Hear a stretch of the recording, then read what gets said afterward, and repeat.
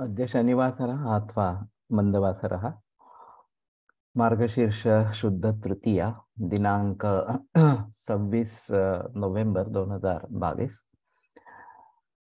चरक सूत्रसनाध्याय 4 शंखं चक्रं जलौकान् ददतमृतघटं चारुदोर्भिश्चतुर्भिः सूक्ष्मस्वच्छातिरुद्यांशुकपरिविलसन् मौलिमं भोजनेत्रं कालाम्भोदोज्ज्वलाङ्गं कटितटविलसच्चारुपीताम्बराढ्यं वन्दे धन्वन्तरिं तन् निखिलगदवनप्रौढदावाग्निलीलं प्रौढदावाग्निलीलं ब्रह्मणो हि समारब्धा मात्रेयाद्येषु पूजिताम् अस्मदाचार्यपर्यन्तां वन्दे गुरुपरम्पराम् आयुर्वेदरतं वन्दे माधवाख्यं महागुरुम् आयुर्वेदामृतं सर्वं शिष्येभ्यो यः प्रदत्तवान् द्रष्टाज्ञानी दृष्टकर्मा कृतकर्मा तथैव च अध्यापको विषक्श्रेष्ठो महान् संशोधकस्तथा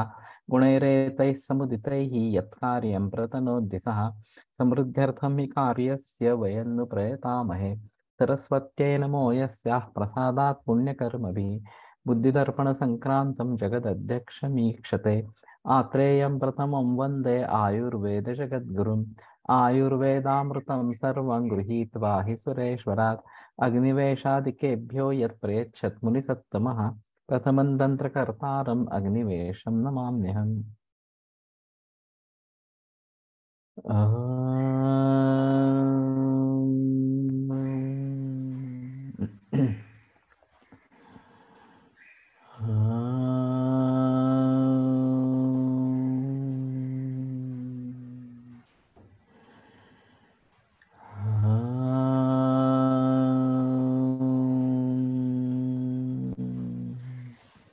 ओम शांति शांति शांति।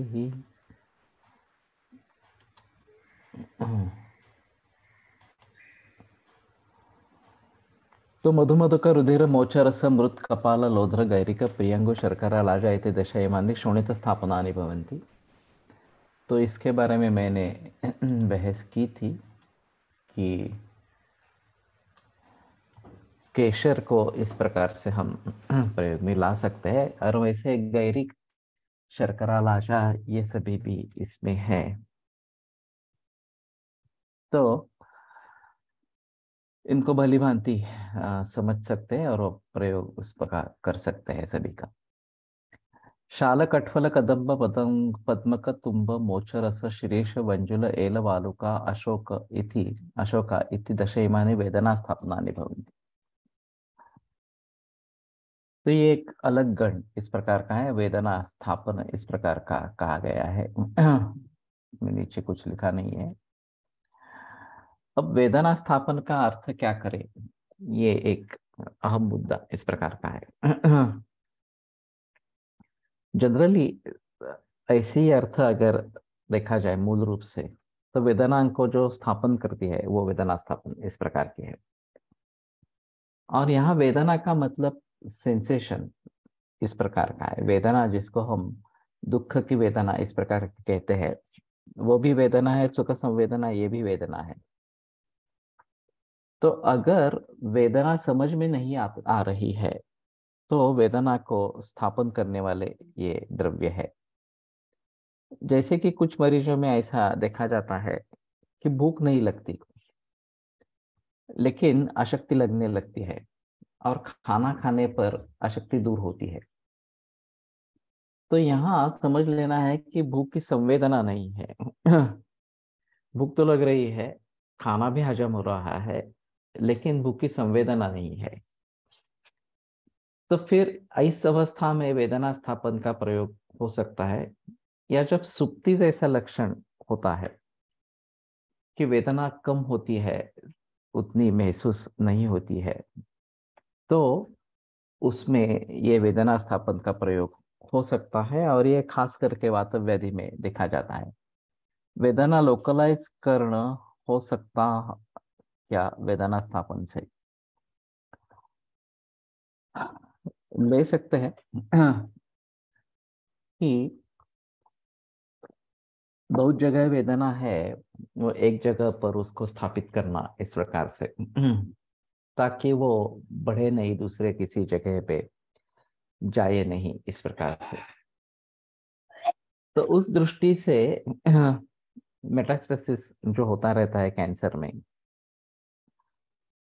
उसमें एक जगह पे वेदना है, अब दूसरी जगह भी जा रही है, तो उसको वहीं पे रखेंगे तो सर्व कषाय आहे वातवर्धक। वातवर्धक ही होगा ऐसा बताना थोड़ा मुश्किल है इस प्रकार से। कषाय रसात्मक थोड़े ज्यादा है इस प्रकार से, और कषाय रस वातवर्धक है। इसमें नहीं है, लेकिन इसमें शिरीष ये भी है। मैं सोच रहा हूँ कि शिरीष का भली भांति प्रयोग थोड़ा किया जाए। शिरीष विषग्न में श्रेष्ठ है, और खास करके केमोथेरेपी जब चली रहती है और वेदना भी ज्यादा इस प्रकार की होती है, तो ये वेदना स्थापन का मतलब वेदना को कम करने वाली ऐसा होगा क्या, ये थोड़ा सा विवाद्य मुद्दा इस प्रकार का है। कि वेदना को बढ़ने नहीं देती, ये भी बात की जा सकती है कि जितनी वेदना है उतनी ही वेदना इस प्रकार की रहेगी, उसको बढ़ने नहीं देगी इस प्रकार से। तो खास करके जब वेदना बढ़ती रहेगी तो शायद इसका प्रयोग हो सकता है कि वेदना स्थापन इस प्रकार से करे। और इसमें कटफल है जो एक शुक्रशोधन गण में भी है, और पद्मकाष्ठ है, मोचरस है, शीरीष, मंजुल, एलवालुक और अशोक। ये अशोक की भी इस प्रकार से हम बारे में सोचते सकते हैं। तो किसी ने अगर भाषांतर में या अन्य किसी टीका में वेदना स्थापन शब्द के लिए बहस किया हो, अगर किसी को मालूम है तो यहाँ पे बता दो। नहीं तो मैंने जो अभी दो तीन अर्थ लगाए उसी को लेकर आगे बढ़ना चाहिए। और संवेदना निर्माण करना, संवेदना की स्थापना करना, ये एक प्रधान अर्थ इस प्रकार का होगा। और खास करके एक स्केलेटल मेटास्टेसिस वगैरह जब होते हैं तो संवेदना चली जाती है, बाधिर्य इस प्रकार का भी होता है, ये भी बात होती है, संवेदना बढ़ती भी है, ये भी बात होती है, दर्द होता है इस प्रकार से। तो इन सभी अवस्थाओं में हमें, जैसे कि मैंने भूख की संवेदना के बारे में कहा कि भूख की संवेदना का ज्ञान न होना और खाने पर अच्छा लगना या क्षुधा शांति होना, ये बात दिखाई देती है, तो उसको भी इस प्रकार से वेदना स्थापन से ले सकते हैं। हिंगु कैटर्य अरिमेद वचा चोरक वयस्था गोलोमी जटिला पलंकषा अशोक रोहिण्यः इति दश इमानि संज्ञा स्थापनानि भवन्ति। अब वेदना स्थापन और संज्ञा स्थापन में कैसे फर्क करना है, ये भी एक अलग बात इस प्रकार की होगी कि ये महसूस होना इस प्रकार से, संज्ञा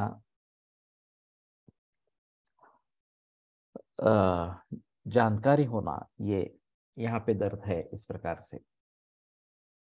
तो ये संज्ञा स्थापन का ये भी उसी तरीके से संवेदना को ज्ञात करने वाली इस प्रकार की होगी, और वेदना स्थापन और संज्ञा स्थापन दोनों में अंतर इस प्रकार का किया है।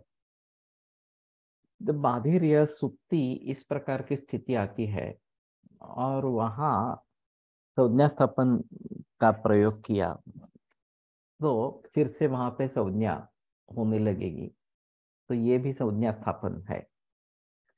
तो खास करके हैंसन्स में इसके बारे में थोड़ा सोचना पड़ेगा कि संवेदना नहीं होती है हैंसन्स में। तो उसको अगर हम इस गण से निपट लेते हैं तो शायद एक बात बनती है कि संज्ञा स्थापन अच्छा होगा।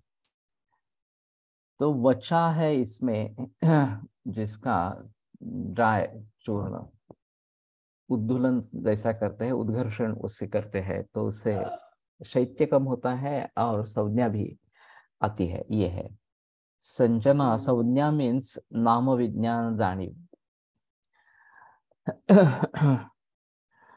इस अर्थ से भी ले सकते हैं कि ये स्मरण के जैसा होगा, लेकिन स्मरण में केवल नाम विज्ञान ऐसी ही बात नहीं होती। इसकी ये संज्ञा है। ये अगर हम भूल चुके हैं और फिर अ, उसको वो समझ में आना, ये संज्ञा स्थापन इसका अर्थ हो सकता है। लेकिन जब सेमी कोमाटोस स्टेज है, कोमाटोस स्टेट है, तो उसमें से बाहर जब निकलते हैं तो पहले पहचानना शुरू हो जाता है कि ये व्यक्ति परिचित है इस प्रकार से। फिर भी नाम याद नहीं आता और बाद में नाम याद आने लगता है, अरे ये व्यक्ति है इस प्रकार से। तो ये इसको भी हम संज्ञा स्थापन कह सकते हैं। और खास करके इस प्रकार से कोमावस्था से या संन्यासावस्था से जब बाहर निकलते हैं तो ये संज्ञा स्थापन का संबंध इस प्रकार का रहेगा। तो उसके बारे में भी सोच सकते हैं। इथे मोस्टली सूक्ष्म लघु द्रव्य आहे प्राणवायूवर जाणारी। हाँ, देखना पड़ेगा कि एक बार सभी के गुणों को देखते हुए एक बात हो सकती है कि इसमें गंध गुण प्राधान्य इस प्रकार का है, थोड़ा सा हिंगू है, अरिमेद है, वचा है, पलंकशा है। संज्ञा स्थापन मीन्स रिसिक्यू रिसिक्स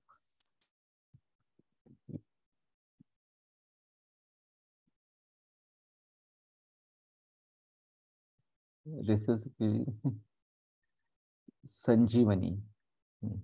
ओके। तो मूर्छावस्था ये एक है, इसमें अभी बद मूर्छा संन्यास ये आगे आगे वाले है।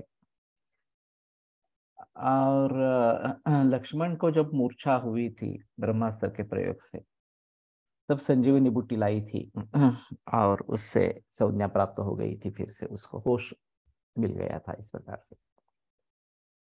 तो ये भी बात हो सकती है। और खास करके इस प्रकार के कोमेटोस पेशेंट्स में हम संज्ञा स्थापन के बारे में जरूर सोच सकते हैं कि फिर से होश आना ये बात हो सकती है।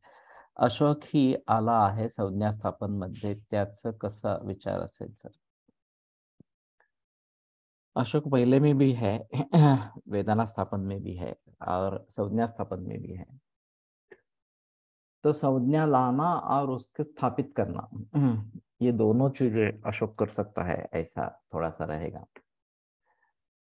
तो मुझे लगता है कि इसमें इन द्रव्यों का प्रयोग अशोक जैसे या हिंगू कैटरिया वछा वगैरह वगैरह जो है बताए गए हैं, इन सभी द्रव्यों का प्रयोग अच्छी तरीके से हो सकता है। और ज्यादातर नस्य के जरिए प्रयोग करें, ये एक अलग बात इस प्रकार की रहेगी। तो वैसे भी मदमूर्छाया संन्यास में तीक्ष्ण नस्य का प्रयोग कर सकते हैं। सिर्फ अभी ये देखना पड़ेगा कि पित्त प्राधान्य है, हिमरेश है, तो उन तीक्ष्ण द्रव्यों का प्रयोग नहीं होना इस प्रकार के है। हिमोरेजिक कोमा कंडीशन मध्ये अशोक, तो उसमें अशोक की बात हो सकती है इस प्रकार से। जटिला ये भी बात इस प्रकार से हो सकती है संज्ञा स्थापन गणों में। तो इनके हिंगू वगैरह का धूम भी दे सकते हैं, ये भी थोड़ी बात हो सकती है। तो मुझे लगता है कि ये मूर्छा और संन्यास, इन रोगियों में संज्ञा स्थापन ज्यादा अच्छा इस प्रकार का रहेगा। और अगर हिमोरेजिक है तो फिर शीतवीर्य दवाइयों का ही प्रयोग करना पड़ेगा, तो उसमें शायद अशोक ज्यादा अच्छा भूमिका निभाएगा। अब कैसे प्रयोग करना है एक अलग बात इस प्रकार की हो जाएगी कि लेप वगैरह ऐसे कुछ लगाने हैं, नस्य देना है, या फिर अ,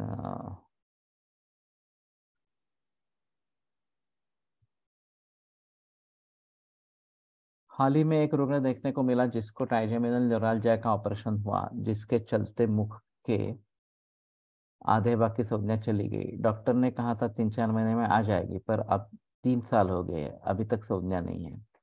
मुख दक्षिण था, अभी सिर्फ वचा का लेप बताया, और क्या विचार कर सकते हैं? हार्मोनल इम्बॅलन्स मध्ये ही आपण संज्ञा स्थापनचा विचार करू शकतो का?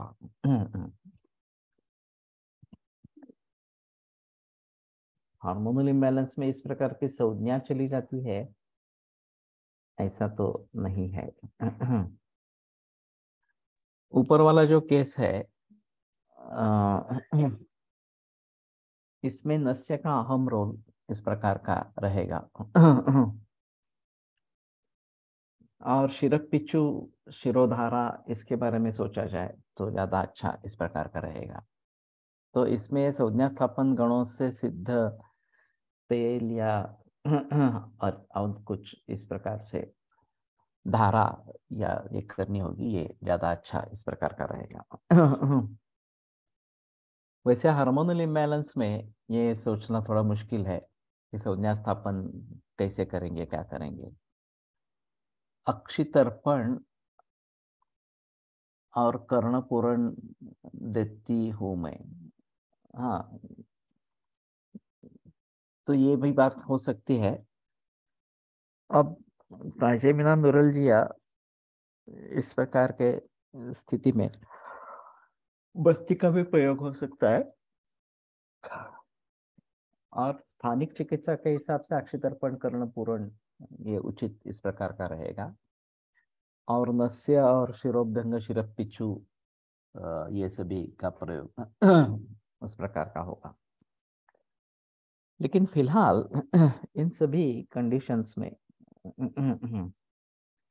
संज्ञा स्थापन का रोल क्या है, ये थोड़ा सा देखना पड़ेगा। मुझे लगता है कि बेटर ऑप्शन मूर्छा संन्यास में इसका प्रयोग करें, और वेदना स्थापन में वेदना फैले नहीं, बढ़े नहीं, इस प्रकार से वेदना स्थापन का विचार करें, या वेदना एस्टेब्लिश हो जाए, संवेदना होना आरंभ हो जाए, इस प्रकार का हो तो ज्यादा अच्छा इस प्रकार का रहेगा।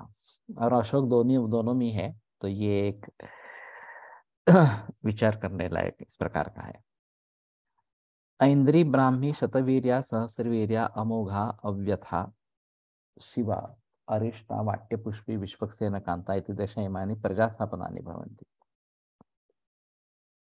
तो ये सब प्रजास्थापन बताए गए हैं। और खास करके थ्रेटेंड एबॉर्शंस, इस प्रकार की जो कंडीशंस होती है उसमें प्रजास्थापन का अच्छा रोल इस प्रकार का रहेगा। अब इसमें शतवीर्या सहस्रवीर्या ये दुर्वा के पर्याय माने जाते हैं। शिवा ये आमलकी का भी पर्याय माना जाता है। और ब्राह्मी अमोघा पाटला आमलकीवा लक्ष्मणावा अव्यथा कदली गुड़ुचीवा हरितकीवा अरिष्टा कटुरोहिणी विश्वक्सेन कांता प्रियंगु। अभी हरितकी के बारे में ऐसा है कि अध्वाति किन्नो बलवर्चितश्च रुक्षक्षो क्षाम दुर्बलश्च गर्भवती च नारी विमुक्त रक्तस्व अभयाम न खाते। तो गर्भवती नारी को अभया नहीं देनी है, ये इस प्रकार से बताया जाता है। तो इसमें हरितकी का प्रयोग करें या नहीं करें, ये एक बात होती है। तो कोलटकर सर का कहना था कि गर्भिणी अवस्था में न दे, लेकिन उसके पहले तो दे सकते हैं इस प्रकार से।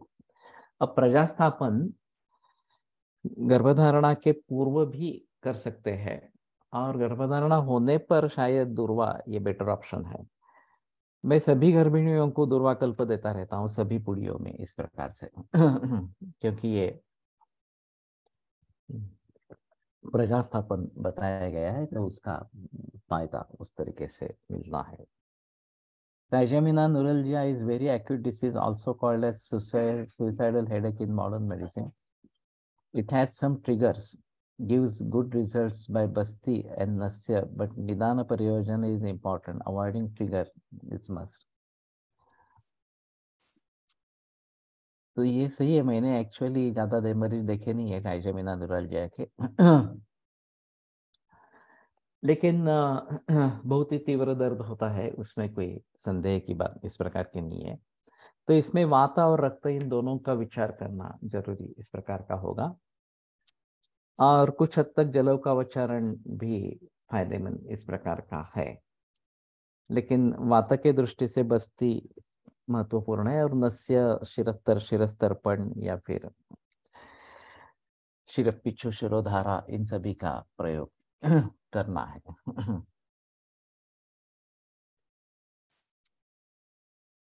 तो खास करके जब थ्रेटेंड एबॉर्शंस इस प्रकार के हैं तो उसमें प्रजास्थापन का एक अहम रोल इस प्रकार का रहेगा। और ऐसी टेंडेंसी जिनमें होती है कि बार बार गर्भपात होते रहते हैं इस प्रकार से, उनमें शुरू से ही इन सभी द्रव्यों का प्रयोग करें, ये ज्यादा अच्छा इस प्रकार का रहेगा।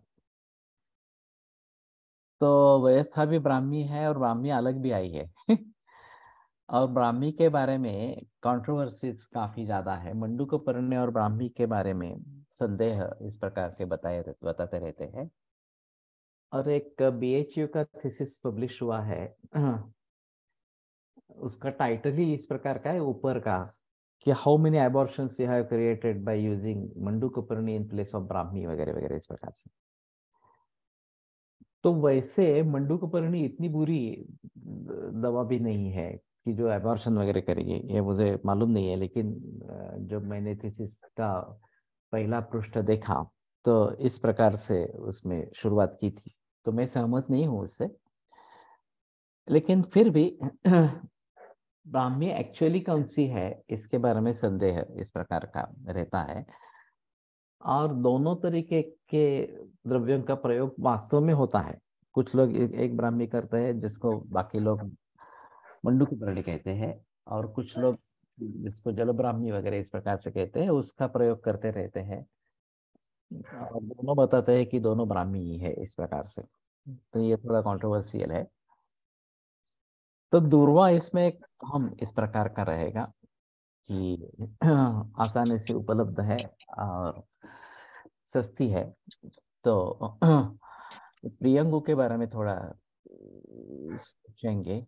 विश्वक्सेन कांता प्रियंगु इस प्रकार से अरिष्टा कठोर है। हेलो।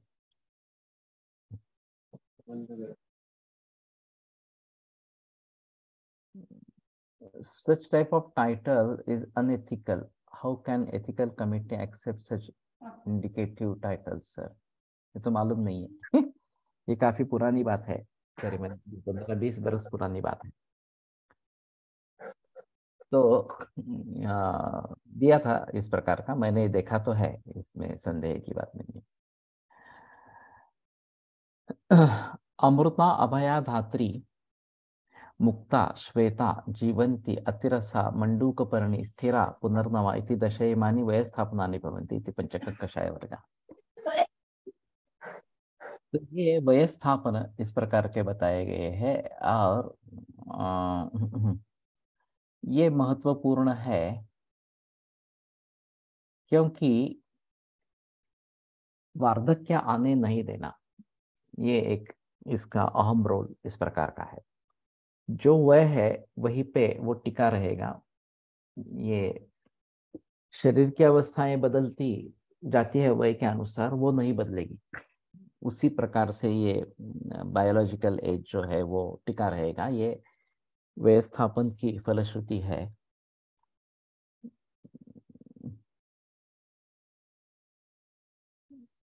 एज एक 65+ वयाच्या रुग्णामध्ये ट्रायजेमिनल होता रोज 1 ते 3 गोळ्या घ्याव्या लागत 15-20 वर्षापासून 2-3 दिवसांनी कठीण मलप्रवर्तन होत होते. उदावरता असे निदान करून वाताची सामान्य चिकित्सा दिली. 4-5 दिवसा आठवड्यात गोळी सुटली व नंतर वेगही आला नाही. बढ़िया. तो कहने का तात्पर्य अर्थ है कि हमारा निदान अगर वातव्याधि इस प्रकार का है और ये इस प्रकार से मार्गावरोधजन्य वात प्रकोप है, उसको सुलझा दिया तो इस प्रकार से वेदना शांत हो जाती है, इसमें संदेह नहीं है। मेरे पास एक इसोफेगस और गैस्ट्रम इसके जंक्शन पे कैंसर था और अजीब मेटास्टेसिस था, लेफ्ट ह्यूमरस और राइट फीमर, इस प्रकार से तीव्र वेदना थी। जब उसको लाया गया तो चद्दर पे 4 लोगों ने उठा के क्लिनिक में लाया और तड़प रही थी वेदनाओं से। और जब पर एब्डोमेन मैंने देखा तो मल संचय काफी था पेट में, हाथ से भी ध्यान में आ रहा था। तो फिर मैंने कहा कि ये तो ओपीडी लेवल पर नहीं मैनेज हो सकती, तो पुनः उसमें एडमिट किया, बस्ती शुरू की है। जैसे बस्ती शुरू हुए मलवटक निकलने लगे और जैसे मन निस्सारण होता रहा वैसे पेन कम होता गया और एक हफ्ते के बाद पेन पूरी तरीके से बंद हो गया। तो कहने का तात्पर्य अर्थ ये है कि हमारे हिसाब में वायर धातु क्षयत कोपमार्ग से आवरण नवा, ये जो बात बताई गई है उसको भली भांति ध्यान में रखते हुए ये करना है। तो इसमें अमृता, अभया, धात्री और मुक्ता, रासना, जीवंती, अतिरसा शतावरी है, मंडूकपर्णी, स्थिरा, पुनर्नवा।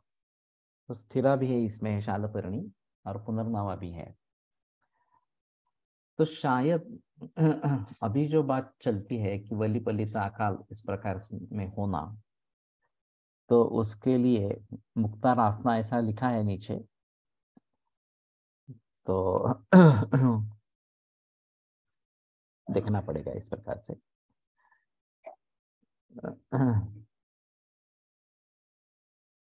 तो ये बस व्यवस्थापन इस प्रकार से बताए गए हैं। और अभी एजिंग ये बड़ी प्रॉब्लम है, समस्या है, तो उसके हिसाब से ये व्यवस्थापन गण का प्रयोग होते रहना आवश्यक इस प्रकार का रहेगा। तो ठीक है, इसके बारे में थोड़ा सोचेंगे कि किस प्रकार से इनको रोजाना प्रयोग में ला सकते हैं। अतिरसा ये शतावरी है, शतावरी का पर्याय है। 17-19 इति पंचकषाय शतानि अभिसमस्य पंचाशन् महाकषाया महतांच कषायाणां लक्षणोदाहरणार्थं व्याख्याता भवन्ति। तो उपसंहार में आ गए हैं। तो महत कषायों के लक्षण उदाहरण के लिए 50 इस प्रकार के ये महाकषाय बताए गए। संप्रति एतान्येव जीवकादीनि उक्तानि प्रत्येकशः द्रव्यगणनया पंचकर्षाय शतानि स्युः। दशकगणनया च 50 महाकषायाः शृङ्गग्राहिकया उक्ता भवन्ति इति दर्शयन् उपसंहरति इति इत्यादि। तो ग्राहिकया ये थोड़ा सा देखना पड़ेगा, न्याय है, मृदुला है अभी इसमें, वो अगर बता सकती है तो ज्यादा बेहतर रहेगा।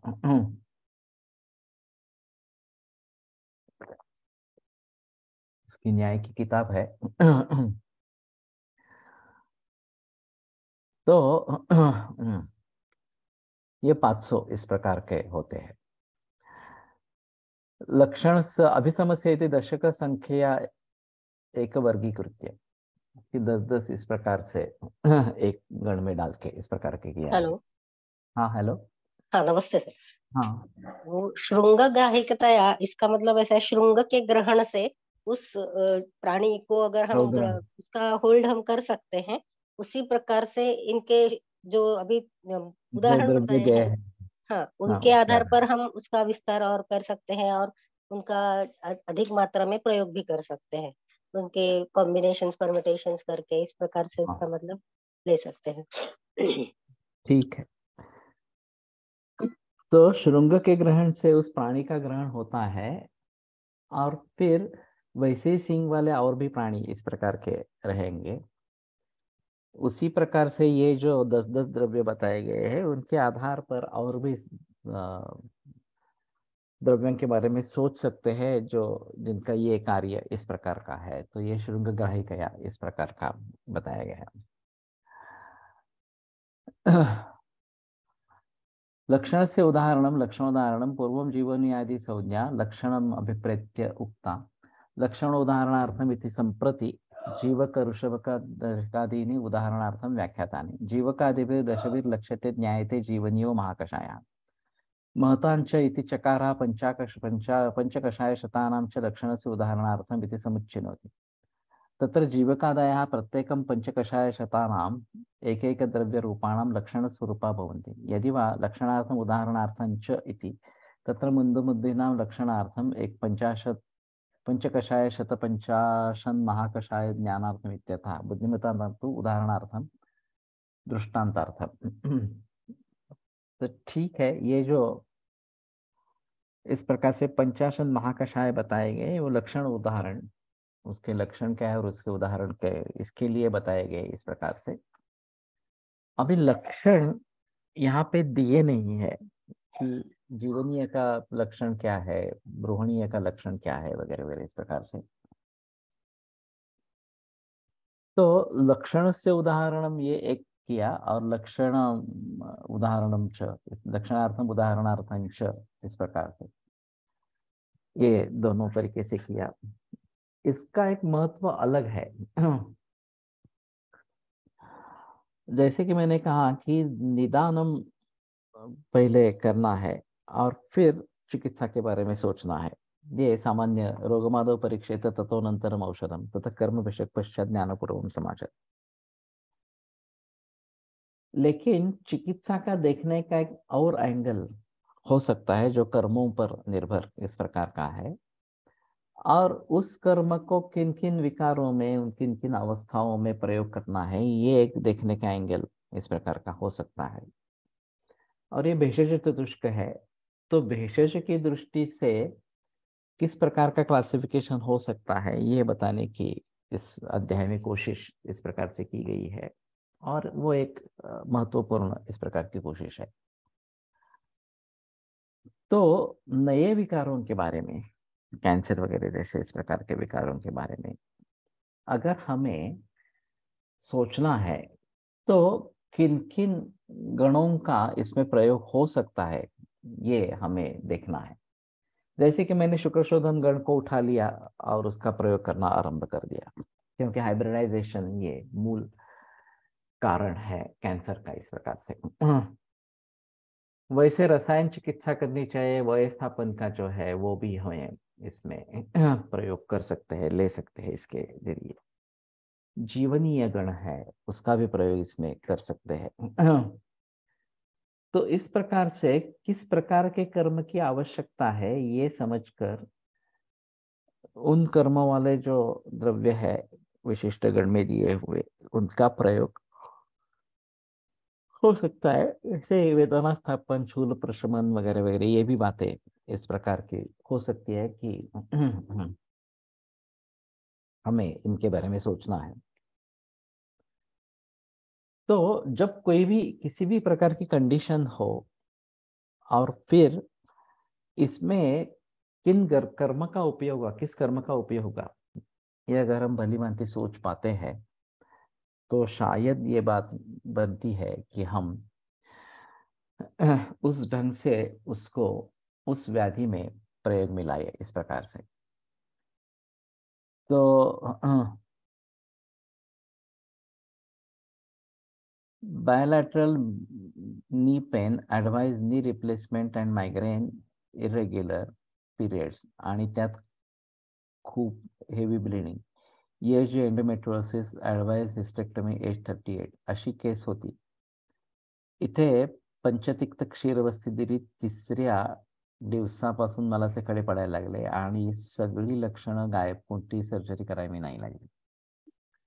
ये आयुर्वेद की खासियत रहेगी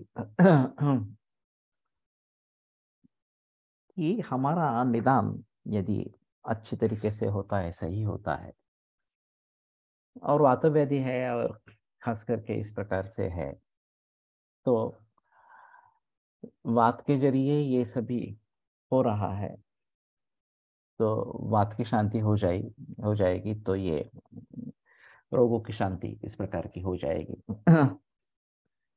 और वैसे बात एब्स्ट्रैक्ट है, वो तो दिखने वाला नहीं है, केवल कार्यानुमेय इस प्रकार का है, और इसलिए इसका एक अलग महत्व इस प्रकार का रहेगा। तो अच्छी केस है, बहुत अच्छी केस है तो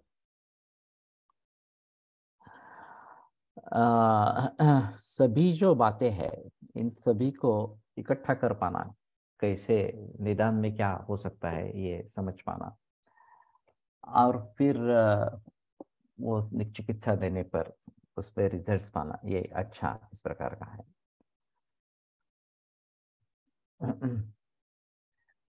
नई विस्तरस्य प्रमाणम् अस्ति, न चापि अतिसंक्षेपः अल्पबुद्धीनां सामर्थ्याय उपकल्पते, तस्मात् अनतिसंक्षेपेण अनतिविस्तरेण च उपदिष्टाः।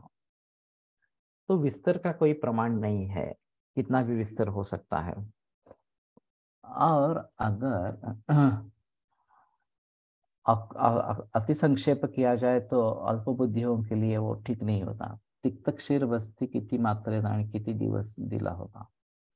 Thank you sir. तो जवाब दे सकते हो, उसमें कोई प्रॉब्लम नहीं है लेकिन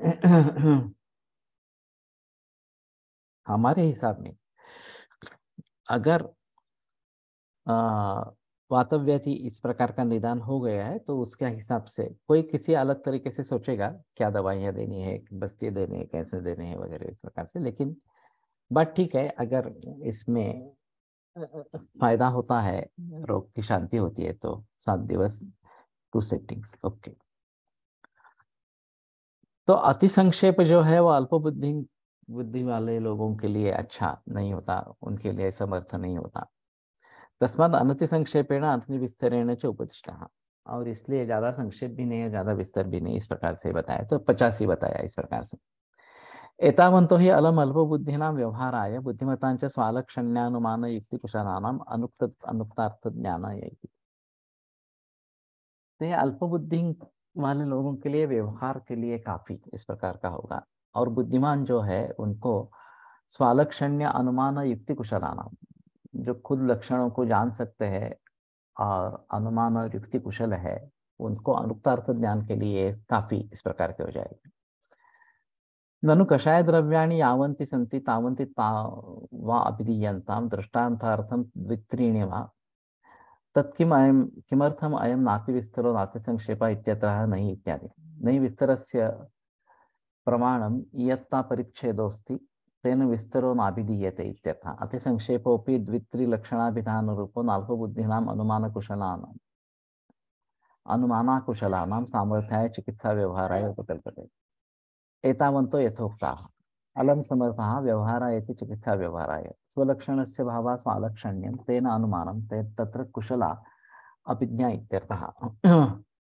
बुद्धिमन्तो हि जीवकादयो हि स्निग्ध शीत मधुर वृष्यादि गुणयुक्ताः सन्तः जीवनं कुर्वन्ति इति भूयो दर्शनात् अवधार्य तद्गुणयुक्ते अन्यत्रापि द्राक्षापयो विदार्यादौ तज्जातीयत्वेन जीवनानि इति अनुमिमते।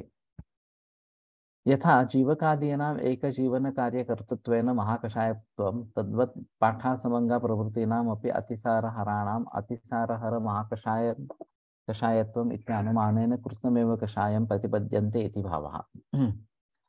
ब्लिडिंग चालू असताना बस्ती प्रयोग चालू ठेवला होता का? नाही. ओके.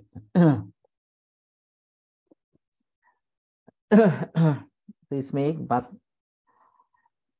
ऐसी हो सकती है कि उत्पद्येत च सा अवस्था यस्याम कार्यम अकार्यम स्यात्. तो इसके बारे में नियम इस प्रकार का नहीं है. फिर भी ब्लीडिंग चालू होता है तो नहीं दिया जाता सामान्यतः. लेकिन अगर उसके बगैर कोई चारा नहीं है तो उदावर तो बहुत ही स्ट्रांग है, तो दे भी सकते हैं, ऐसा सोचना है.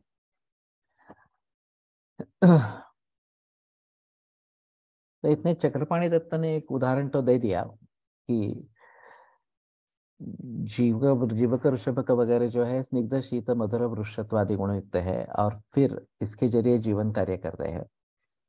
तो द्राक्षा पयो विदार यादव तजातीयत्व है ना जीवनीयत्व अनुमन्यते. तो कुछ और द्रव्य भी बता दिए कि ये भी जीवनीय इस प्रकार का काम करते हैं.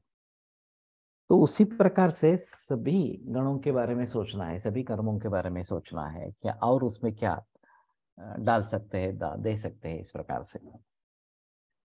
तो ये अनुक्तार्थ ज्ञान के लिए है. जो अल्पबुद्धि वाले हैं वो इन्हीं को लेकर आगे चलेंगे. तो इसमें दो तरीके से विस्तार हो सकता है.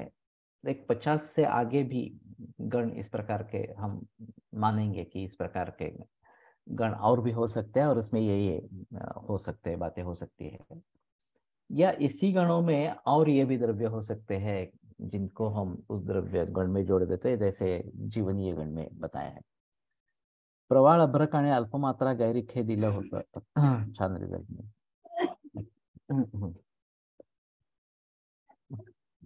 तो कहने का तात्पर्य से ये है कि इस प्रकार से सोचना कि किन किन कर्मों की आवश्यकता है. हमने जब औषधि कोश किया तो मेरे ही बुद्धि के अनुसार मैंने एक क्लासिफिकेशन अलग ही किया.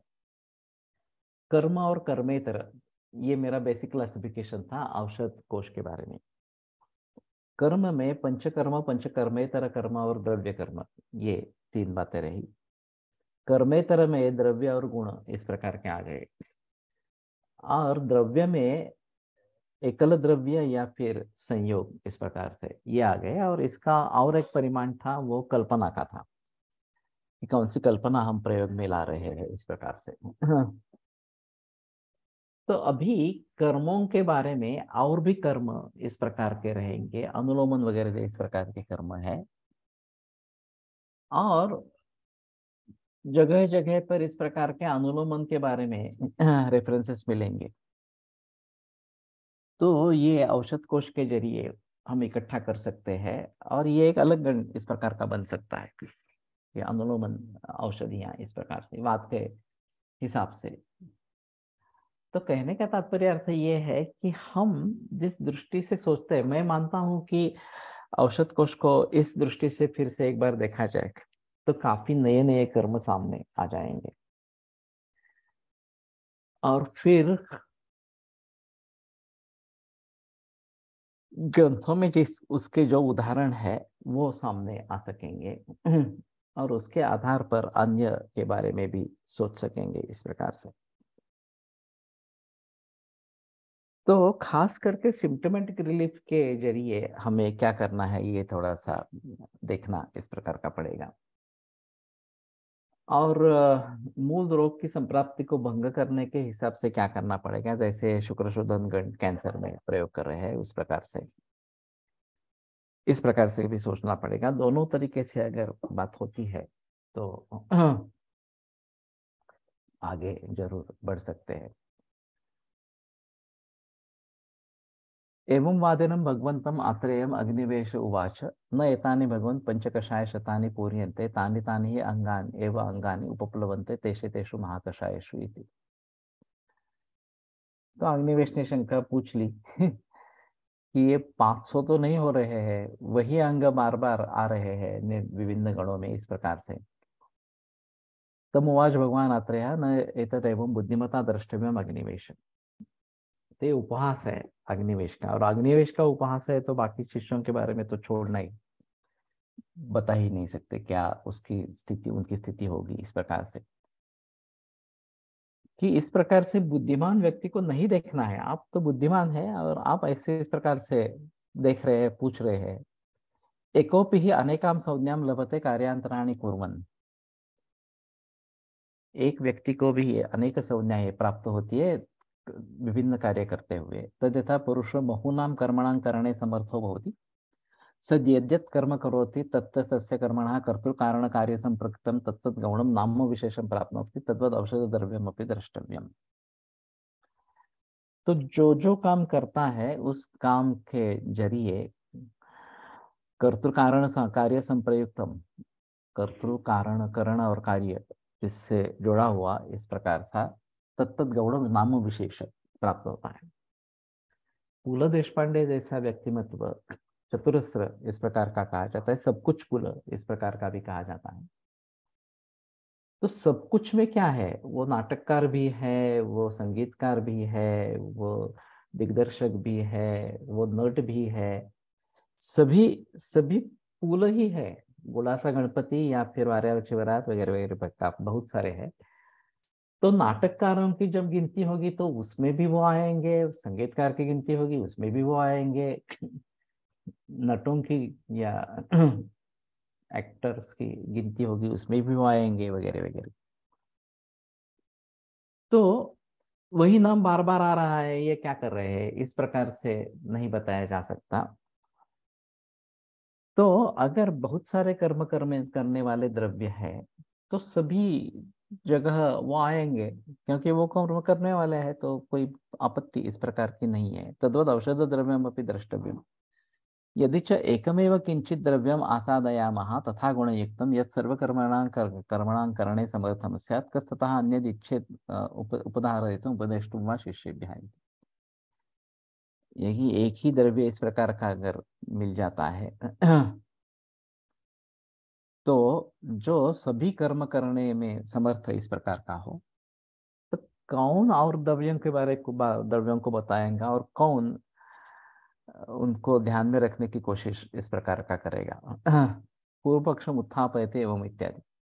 तानि तानीति जीवक क्षीर काकोली प्रभृतिनि तेषु तेषु जीवनीय बृहणीय शुक्रजननादिषु उपप्लवन्ते पुनः पुनः तानि एव पठ्यन्ते।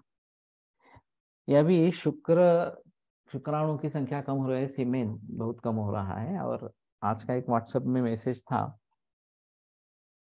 कि जैसे वनस्पति की बीज बैंक बन गई है और आपको बीज खरीदना है, उसी प्रकार का आपको सीमेंट बाहर से ही लेना पड़ेगा, पुरुषों के लिए भी।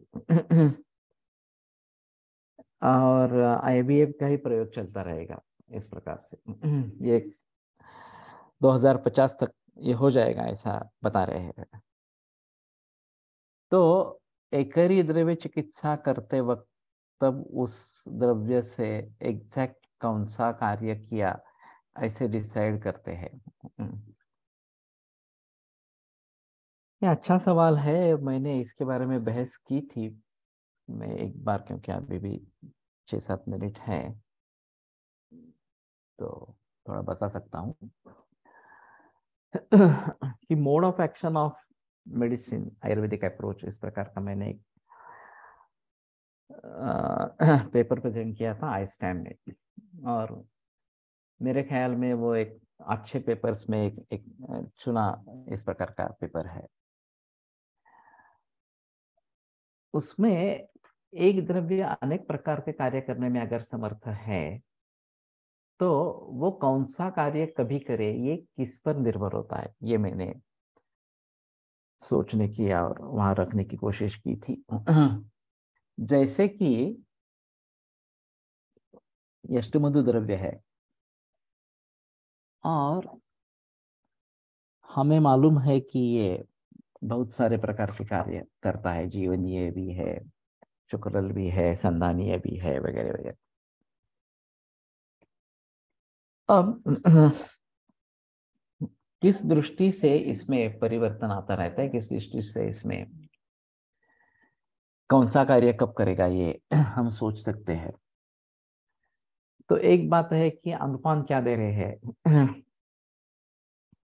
अगर मुझे कफ पित्त का शमन करना है तो मध के अनुपान से दे सकते हैं, वात पित्त का शमन करना है तो घृत के अनुपान से दे सकते हैं।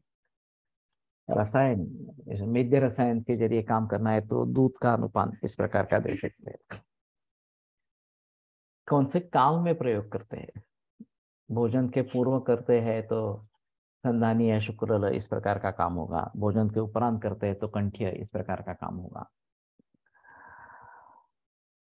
और कितनी मात्रा में देते हैं, बड़ी मात्रा में देते हैं तो उमन का कार्य होगा, छोटी मात्रा में देते हैं तो शमन का कार्य होगा, वगैरह वगैरह। फिर भी दोषों को शाखाओं से कोष्ठ में लाना ये भी काम ये करेगा, कम मात्रा में भी इस प्रकार से। तो कहने का तात्पर्य तो है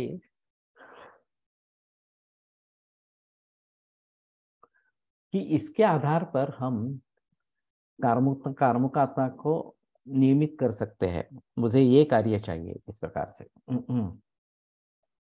और भी चीजें होती है कि मरीज जो है वो किस दृष्टि से या किस उद्देश्य से उसका सेवन करता है। मुझे ये बीमारी है इसलिए मुझे परिकर्तिका है और ये मैं यष्टि मधु ले रहा हूँ, तो ये संधानीय काम इस प्रकार की करेगी, ये भी बात हो सकती है। और वैद्य किस दृष्टि से उसका प्रयोग कर रहा है कि संधानीय काम चाहिए, शुक्रल काम चाहिए, जीवनीय काम चाहिए, जो भी है, या रसायन काम चाहिए वगैरह, मेद्य रसायन इस प्रकार का, तो वैद्य भी इस प्रकार से सोचता है। तो इन सभी का परिणाम उस द्रव्य के कर्मों में होता है और फिर उसके जरिए हम डिजायर जो इफेक्ट है वो पा सकते हैं। और यही एक कारण है कि एलोपैथी में साइड इफेक्ट्स क्यों होते हैं और आयुर्वेद में क्यों नहीं होते। एलोपैथी में दवाई का जो इफेक्ट है वो बहुत सारे तरीके का है। एस्पिरिन ले लो तो एंटीपायरेटिक एक्शन है, एनाल्जेसिक एक्शन है, एंटीकोएगुलेंट एक्शन है, ये सभी बातें होती ही रहेगी क्योंकि उसमें अनुपान क्या देना है, कब देना है, कितनी मात्रा में देना है, इसके बारे में ज्यादा बहस नहीं है। और सच्ची स्थिति शरीर में क्या है कि विस्कोसिटी ऑफ ब्लड बढ़ गई है और इसलिए एंटीकोएगुलेंट के हिसाब से मुझे देना है, या गर्भिणी अवस्था है, ब्लड फ्लो अच्छा हो जाए इसलिए मुझे देना है गर्भिणी अवस्था में, या फिर अभी एनाल्जेसिक के रूप में उसका प्रयोग करना है, वगैरह वगैरह। तो उसके अनुसार अगर उसके अनुपान, उसके चाल, उसकी मात्रा ये अलग अलग इस प्रकार की रहेगी, या उसके साथ में द्रव्यों को जोड़ेंगे पर्टिकुलर काम करने के लिए। एक गामित्व की भी कल्पना होती है कि चक्षुष्य और चक्षुष्य दोनों पदार्थ नेत्र में पहुंच जाएंगे, तो नेत्र में काम करना है तो चक्षुष्य पदार्थों के साथ काम करेंगे, तो वो भली भांति वहां तक पहुंचते हैं और फिर उस संयोग होकर जाता है तो दूसरा द्रव्य भी उसके साथ वहां पे पहुंचता है इस प्रकार से। तो कहने का तात्पर्य तो यह है कि हम इसके बारे में अच्छी तरीके से सोचे, कैसे करना है, क्या करना है इस प्रकार से, और फिर उसके मुताबिक अनुपान काल वगैरह का प्रयोग करे, मात्रा का प्रयोग करे, उसके साथ में जो सहयोगी द्रव्य देने हैं उनके बारे में सोचे, तो हमें जो डिजायर्ड इफेक्ट्स है, जो चाहिए वही इफेक्ट्स इस प्रकार से मिलेंगे। तो हर एक द्रव्य की अपनी अपनी शक्ति होती है, प्रतिनियत शक्ति कहानी भेषज द्रव्याणि भवन्ति। शुक्ल द्रव्य कौन से काल में देने चाहिए, अभक्त काले में या प्रागभक्त काल में। जनरली अब भोजन के पूर्व दिए जाते हैं। अगर हम रसायन की हैसियत से शुक्र तक जाना चाहते हैं तो सुबह रसायन काल में देना अच्छा इस प्रकार का रहेगा। विशेष अवयव तक लेके जाए इस द्रव्यों को, इसलिए क्या विचार करें। उस अवयवों से संबद्ध जो द्रव्य होंगे उनके साथ में, या उन पर ऊपर काम करने वाले द्रव्यों के साथ ये जोड़ देते हैं तो ज्यादा अच्छा, इस प्रकार का वो विशेष अवयव में पहुंच जाएंगे इस प्रकार से। तो वो अवयव किस धातुओं से बना है, या किसका मूल स्थान है, किस स्रोत का मूल स्थान है, ये देखते हुए, जैसे मैं रक्तपाचक वगैरह का प्रयोग करता रहता हूँ और कफशोणितमांसानां सारा जिह्वा प्रशायते, तो जिह्वा पे काम करना है तो कफ रक्त और मांस इसके ऊपर काम करना है, यहाँ पे पहुंचने वाले द्रव्य चाहिए इस प्रकार से, तो रक्तपाचक मांसपाचक में दे देते हैं इस प्रकार से। तो इस दृष्टि से उनको देखना है, ये सही तरीका इस प्रकार का होगा। अगले हफ्ते में मुझे याद दिलाना एक बार, मैं वो आतिश कांबळे का जो एक्सेल शीट है वो सामने रखेंगे, और एक द्रव्य किन किन गणों में आया है ये थोड़ा देखने की कोशिश करेंगे, तो अच्छा रहेगा। रसायन सेवनानंतर जर लगेच काही खाल्लं तर रसायन फल मिळेल का नाही ये ऐसा है कि बार बार सेवन करते रहना चाहिए, केवल एक दिन से नहीं होगा इस प्रकार से। जनरली ऐसा है कि अगर उसकी मात्रा ज्यादा है तो उसका पचन होने के बाद खाना है, मात्रा ज्यादा नहीं है तो फिर सोच सकते हैं कि ज्यादा सोचने की बात नहीं है, उसका पचन तुरंत हो जाएगा तो बाद में किसी दूसरे द्रव्य को दे सकते हैं।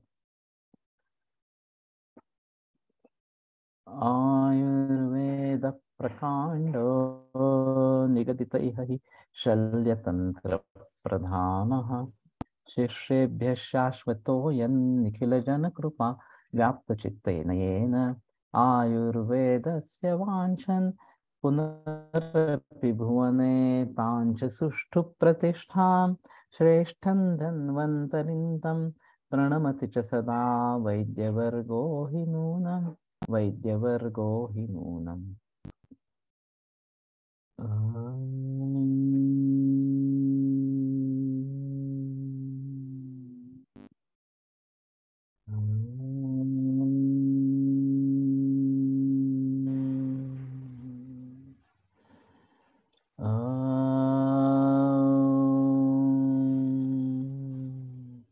ओम शांति शांति शांति। विरम्यते व्याख्यानव्यापारात्, सोमवासरे पुनरपि मिलिष्यामः।